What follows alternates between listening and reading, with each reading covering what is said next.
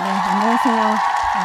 오랜만에 문풀반 이후로 해서 되게 오랜만에 뵙네요. 그렇죠? 이렇게는 다른 게 아니라 선생님들 상담 메일을 진행하다 보니까 선생님들께서 그 기출 문제를 활용해 가지고 인출하는 구체적인 방법에 대해서 질문을 주시는데 이게 메일로 설명을 하려니까 좀 한계가 있는 것 같아요. 그래서 선생님들께 이제 구체적인 방법을 예를 들어서 한번 설명을 드리려고 합니다.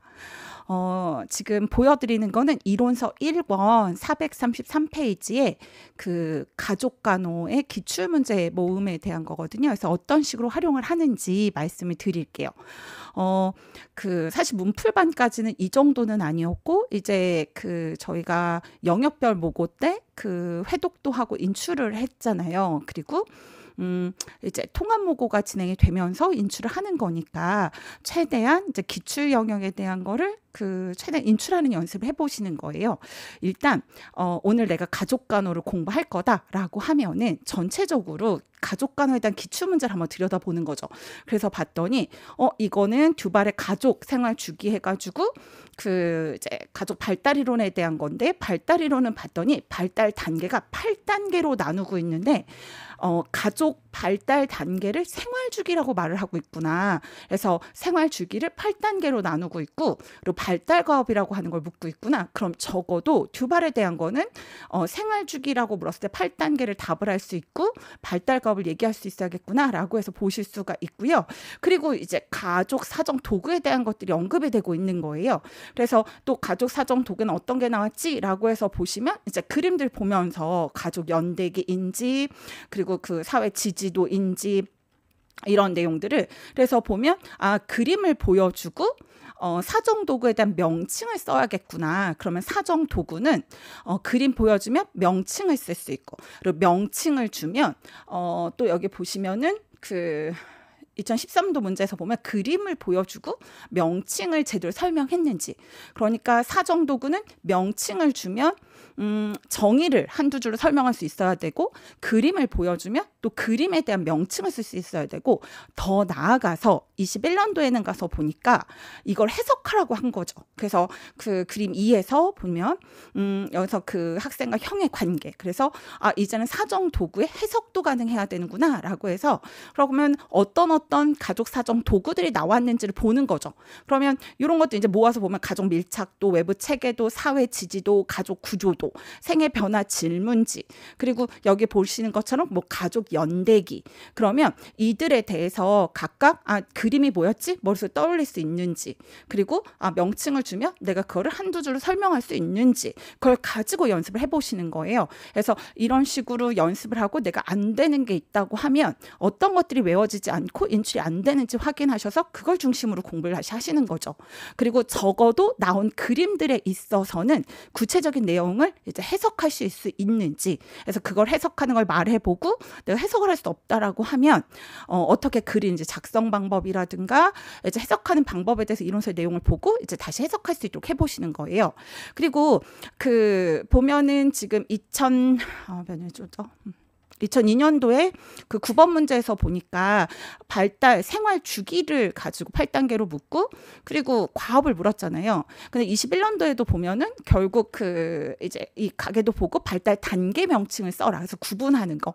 그럼 생활 주기를 8단계로 나누는데 그 나누는 기준을 알아야겠구나. 그리고 나누는 8단계 명칭을 알아야겠구나. 거기다가 발달 과업을 알아야 된다고 했잖아요. 근데 발달 과업에 대한 것도 그 위에 가서 문제를 보시면 2013년도 문제잖아요. 여기서 보면 발달이론 근거해서 생활 주기를 쓰래요.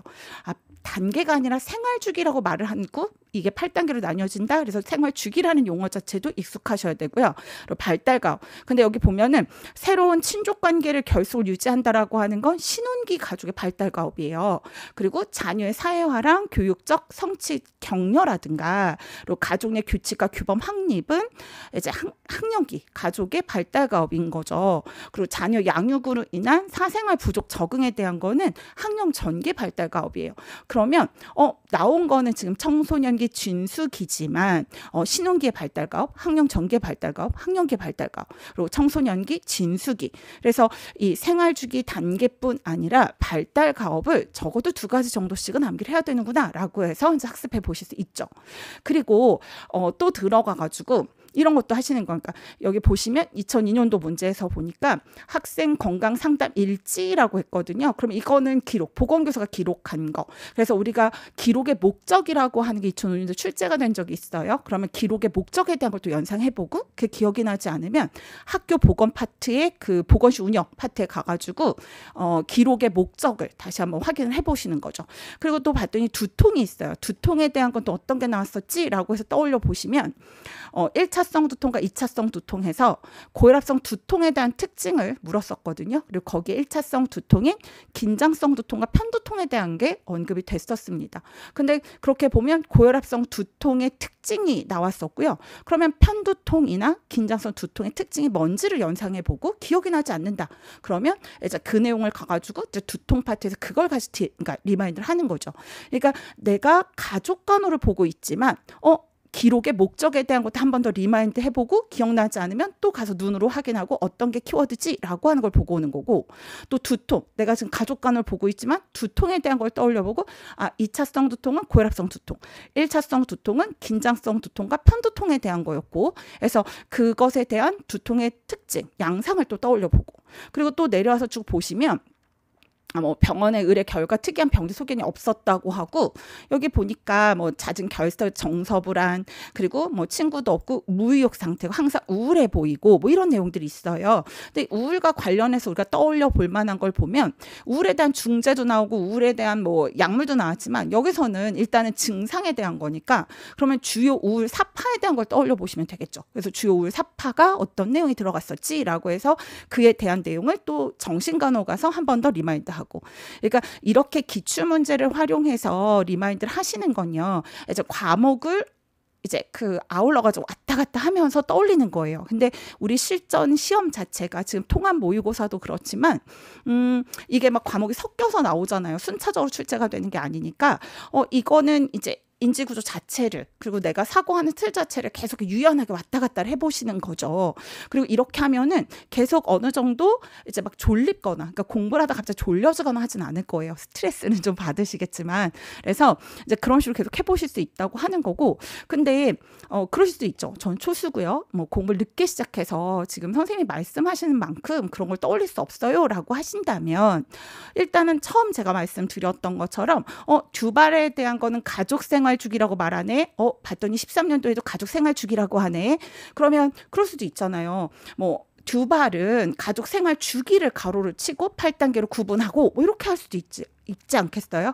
그러니까 최근에 나오는 문제들을 보면 뭐 새로운 것도 물론 나오지만 새로운 거 너무 확장된 거는 제가 합격에 당내에 크게 영향을 주는 문제들이 아니라고 했습니다. 근데 이전에 나왔던 내용들에 있어서의 지문이라든가 이전에 물었던 걸 조금 더 자세하고 깊게 묻는 내용들은 사실 그 내용까지는 굉장히 꼼꼼하게 학습하셔야 되는 내용이거든요. 그래서 지문도 그냥 쭉 읽고 넘어가는 게 아니라, 지금 이거 보면서 이론서를 막 회독하다 보면 사실 가족생활 주기라는 말 자체는 눈에 와서 인식이, 그러니까 이렇게 뭔가 입체적으로 보이지 않고 내가 외워야 되는 발달 가업 아니면 그 단계 명칭 이렇게만 외우고 갈 수도 있거든요. 근데 기출 지문을 통하면 이런 표현들 자체를 좀 더 꼼꼼히 보실 수 있다라고 하는 거죠. 그리고 보면 이렇게 명칭 주고 설명하라고 하는구나. 뭐 그림 주고 명칭 쓰라고 하는구나. 그림 주고 명칭과 설명이 맞는지 보라고 하는구나. 그럼 내가 적어도 가족간호에서 나오는 가장 빈출의 개념이 가족 사정 도구에 그림 주고 명칭 쓰게 하거나 명칭 주고 설명 쓰게 하거나, 근데 그거에 맞춰서 내가 잘 인출학습이 되어 있는지 그런 거에 초점 맞춰서 공부를 하시는 거죠.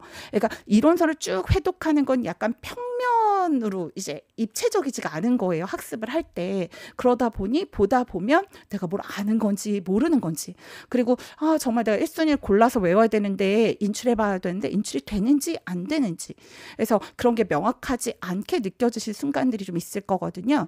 그런데 공부를 하실 때 기출을 보고 이거에 대한 걸 떠올려보고 떠오르지 않는 내용은 얼른 이론서 가서 보고 어떻게 해서 외울 수 있지라고 해서 키워드도 만들어보고 뭐 그러니까 구조화도 해보고 뭐 정말 그림도 그려보고 청킹도 해보고, 이제는 정말 벼락치기를 해야 되는 시기니까 그런 식으로 활용을 해보시라고 하는 거예요. 그래서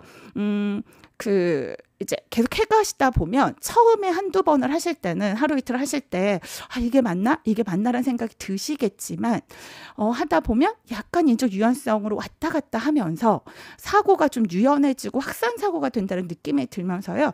자기만의 방법으로 잘 활용하실 수 있을 거예요.